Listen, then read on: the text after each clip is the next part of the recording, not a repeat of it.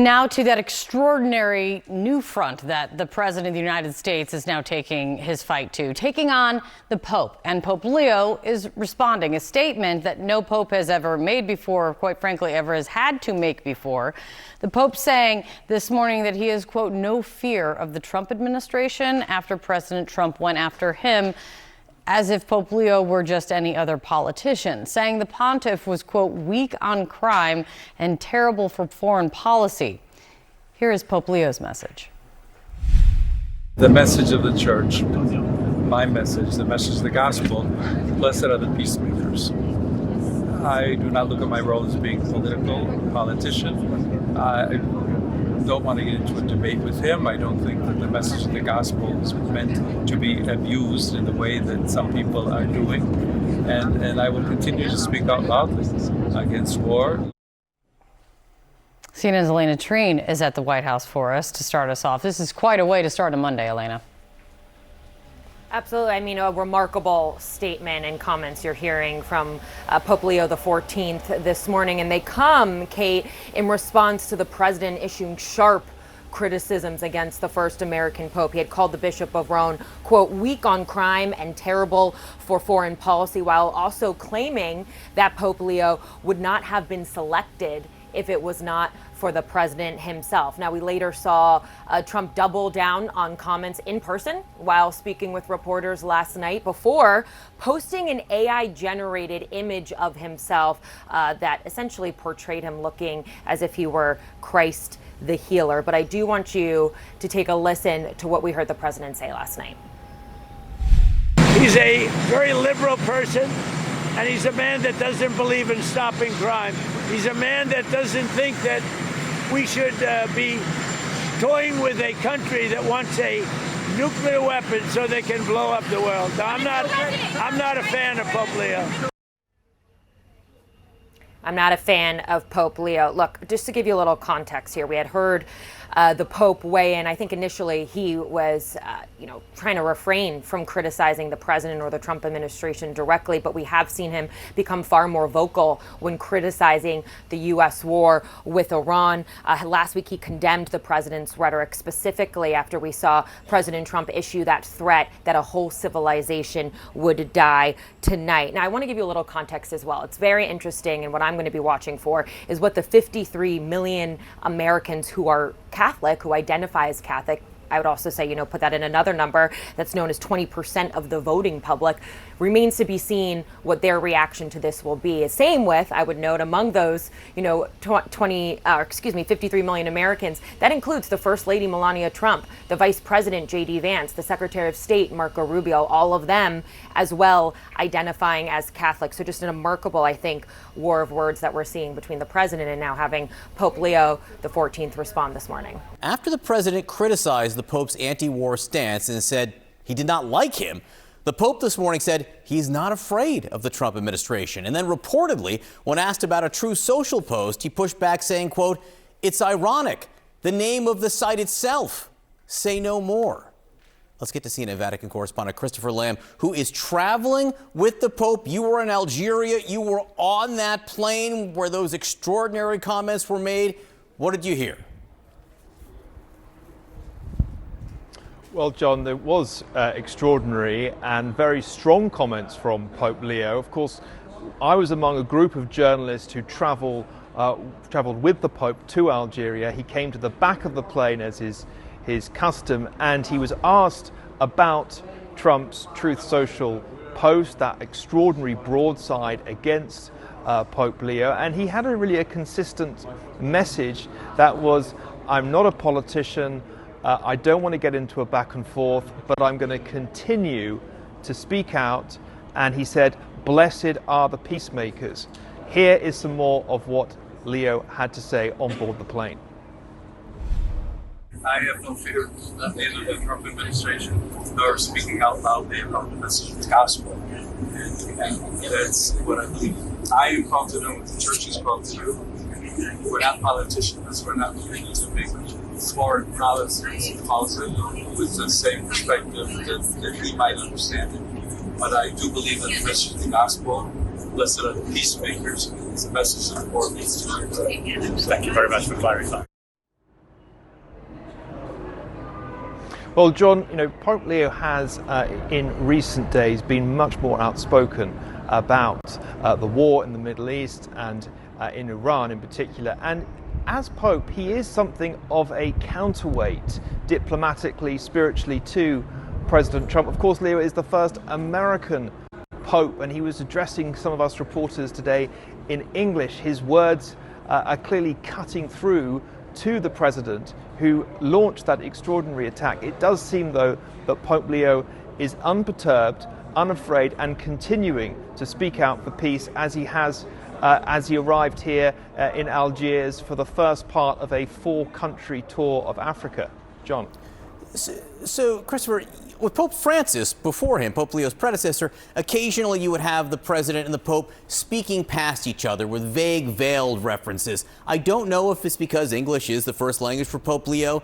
This seemed to be a much more of a direct response to the president's words than I feel like I have heard before here. Is there a reason for that? And what more do we expect from Pope Leo on this trip to Africa? Well, I think it is partly to do with the fact that Leo is an American and he has English as a mother tongue. I spoke to Leo, asked him a question just before Easter about a message he had for President Trump. And Leo said to me he hopes President Trump finds an off-ramp to end the war in Iran. I think what we're seeing here is a clash between a pope who wants to communicate this message of peace, of bridge building, of trying to build relations between faiths, between Christians and Muslims. He's here in Algeria, in a predominantly Muslim country. And so I think the stark contrast between the first American Pope and the US President at this time couldn't be stronger. And of course, it was viewed for decades that it was impossible for the cardinals to elect an American Pope. Why did they change that? Well, partly because of the election of President Trump. And that is part, I think, of some of the conflict and back and forth that we've seen today. Joining me now to discuss, Christopher Hale, the publisher of the Letters from Leo Substack. Thanks so much for being here, as this story honestly is continuing from overnight. Can we talk about what you just heard from Pope Leo just there, where he said some things I expect to hear, blessed are the peacemakers, but I also heard him say that he doesn't believe he is political. Is that fair given how he's been talking? Yeah, I think that what he always has been very clear on is, if you look in the gospel, Jesus tells us that the God's domain stretches everywhere. And so he's only touching politics where it touches core gospel values. And the core gospel value that it touches here is peace. Jesus Christ, the risen from the dead, his first words to his apostles are, "Peace be with you." Pope Leo XIV, those were his first words to the faithful. It's the core of his identity, is to be a messenger of peace.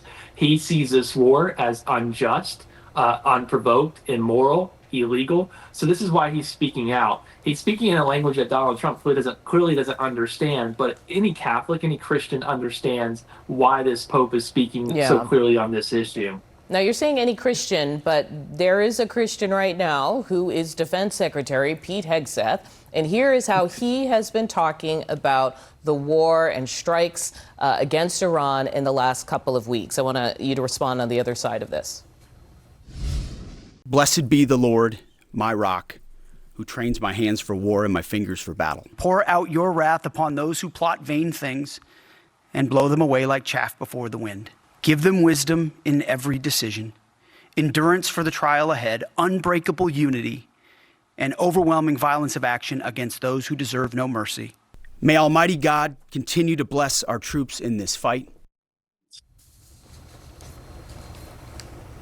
Can you talk a little bit about this? I know Hegseth is a follower of Doug Wilson, who's an evangelical pastor who believes, among other things, about repealing women's right to vote. But can you talk about this, how he's been approaching it in language and tone?